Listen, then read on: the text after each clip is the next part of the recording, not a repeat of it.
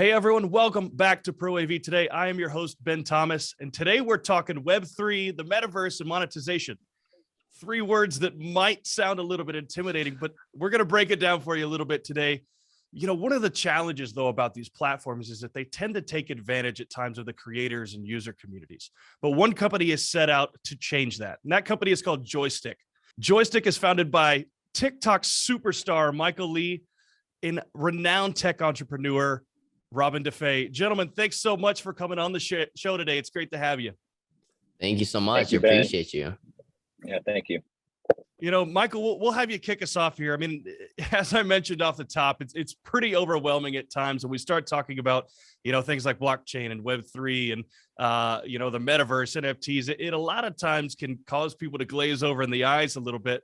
But it's not really wildly complex if you break it down, right? At the end of the day, it's a creator community creating an environment where they're exchanging or they're completing tasks for assets, right? Almost exactly in the same way that the real world is. But the challenge is that there's a lot of technological innovation happening in real time. And that's actually what led to you guys co-founding Joystick. Tell me about some of those challenges and how that helped motivate you to start it. Yeah, I mean, realistically, I've been a gamer for my whole life, really, and I'm very big on innovation, just kind of finding what's new and what's next. And to start off, like, you know, when I saw what opportunity the internet and social media had for, you know, people to be able to follow their passions and make a career out of it, a lot of people were kind of against it because, you know, not that it was like a bad thing, but it was just something that they weren't aware of. They weren't they didn't understand fully. And for me, I really felt like there was untapped potential, and I really pushed through. And you know, TikTok happened. Everyone was really doubtful at first, and then now it's like TikTok's where it's at right now. And I see the exact same thing happening with gaming and Web3, mainly because half of the world games right now. Literally half the world, whether it's your mom playing an iPhone game, whatever, to someone playing Fortnite religiously, it's something that has to evolve just because of the fact of like technology is here, it's here to stay, and the fact that we're able to now make it to where games are able to be another source of income or revenue for someone that just enjoys playing these games is that's the future. It's already working. You know, it's already a tested and proven model, and we see the opportunity, and we see that there's a lot of restrictions that is allowing the players to be actually able to be a part of this. So we want to basically break down all the barriers and allow for anyone in the world to be able to earn and make an actual brand and a business for themselves utilizing Joystick. Well, Michael, one of the things that you brought up is monetization. And Robin, I'll kick this question to you. You know, obviously businesses and platforms need to make money, right? But you guys have taken a different approach versus maybe some more traditional based models. You know, tell me a little bit about how Joystick differs specifically on the monetization aspect. For sure, Ben. I mean, it's funny you say traditional, yet this industry is really, really young. You know, the play to earn really came into being in the middle of last year. And when it came to its rise, what we saw was that players that weren't able to afford the assets were borrowing them from the owners of the assets and then sharing the revenue with them. And so they were giving away 50, even higher than 50% of the revenue right out of the gate.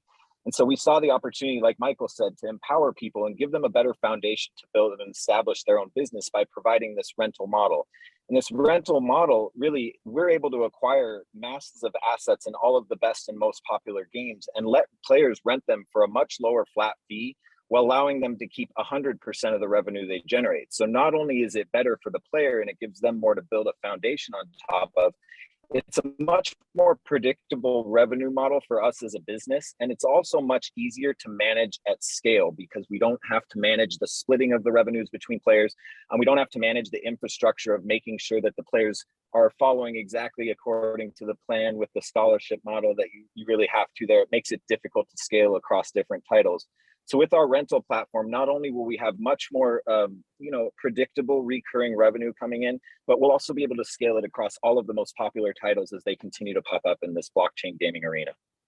Well, Robin, you bring up a great point, honestly, and it's funny because we talk about digital assets, whether it's cryptocurrency, whether it's NFTs, whatever, in many cases, it's been around for 10, 15 years, even longer. But, we're so early in the life cycle to be having these conversations. It creates a lot of opportunity. And Michael, specifically, I'll ask you this, as somebody who's really leveraged some of the newer platforms, whether it's TikTok, whether it's Twitch or other platforms out there, we've really democratized how content is created and even, assets are earned in a digital space. Talk to me a little bit about some of those monetization opportunities that really have popped up in the last 2 or 3 years and how Joystick really is helping out in that space as well.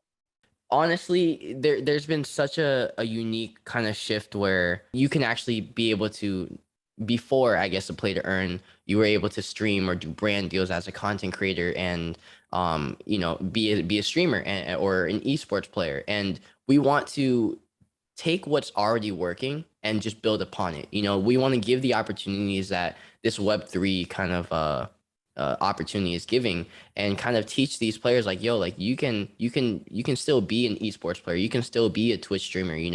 I think utilizing the assets that we have and the platforms that we are offering in terms of education, in terms of the rental service, whatever the case may be, we want to give them all the tools they need to become the leaders and not really exclude really anything. I think this is an all-encompassing thing where we want to offer everything from A to Z. And if they can't, if they're not the best gamers and they still want to use the rental models, we have an education system for them. If they want to be, their own guild leaders, we have the assets in place to teach them, like, this is how you build your own business and build your own brand in this new environment.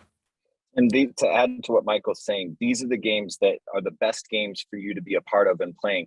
What's really cool about what's happened with this blockchain technology being integrated into the gaming world is the gamers can now own the items in the game. They can own the houses and the lands in the game.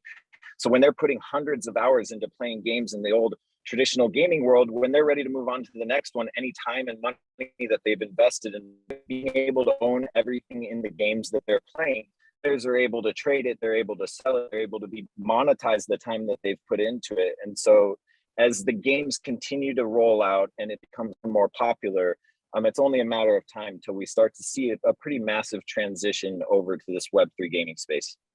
Well, you both bring up a really interesting point, right? We talk about the digital asset ownership and kind of the user community, but the natural extension of that and the natural progression of that is going to the business and enterprise communities, right? And there's a lot of context that are associated with that, right? The big bad corporations coming in and ruining our playground. But, the thing that you're seeing a lot more of now is companies really wanting to invest in the technology, invest in the future, and help support those communities. If I'm a company, Robin, what are some of the things that I can do to help support not only Joystick specifically, but really the environment as a whole? Yeah, for companies getting into the Web3 communities, it actually starts with the community. The community is at the foundation of pretty much everything in Web3. And so brands are able to get involved with the gaming ecosystems that are coming to be just by establishing themselves and starting to build a community presence within the games. A lot of these games are building in special sponsorship programs for brands to get involved because I think in this new world that's evolving and developing, you're going to see that much less data ownership by the brands and much more of just getting exposure to these communities by having a presence in these gaming ecosystems.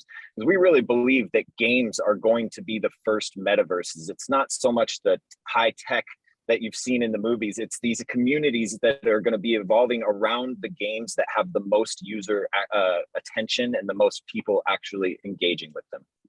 Robin, that's great context and honestly super helpful for companies that are looking to make that decision to kind of target it and help specifically grow the Web3 environments, communities, things like that. I appreciate that. And Michael, one of the things that we talked about before is that this doesn't only stop with gaming, right? There's education, there's community building. Talk to me about some of the next steps, not only for Joystick as a whole, but how some of these Web3 communities are going to continue to evolve.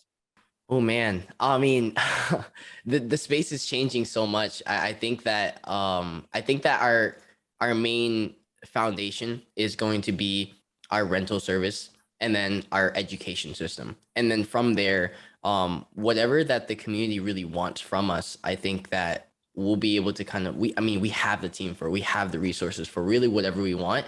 It's really just kind of like once we build that foundational community, asking what they want and kind of pushing from there. I think it's super important to kind of like have a foundation and structure and then kind of build off of that with the community leading, the direction of where we go.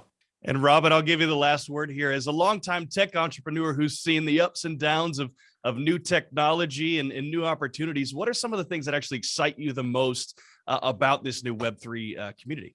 I mean, there's so much that's so exciting about it. Just all of the new applications of technology, all of the new opportunities that are popping up. I think NFTs are just starting to take center stage. The utility that NFTs can have built into them just make them so flexible, and there's so much opportunity around them. And I think gaming in general is the absolute best near-term use case for blockchain technology as a whole, and that it's going to help usher in the next people and expose them to cryptocurrency in the blockchain world. Well, Michael and Robin, I appreciate you guys hopping on the show today. Don't let this be the last time you come on. We got to do a follow-up episode here in a few months to see how much you guys have grown. But I appreciate the two of you coming on. Thank you so much. Thank you so much. Yeah, thank you, Ben. And thank you to our audience for tuning in to another episode of Pro AV. Tune in next week.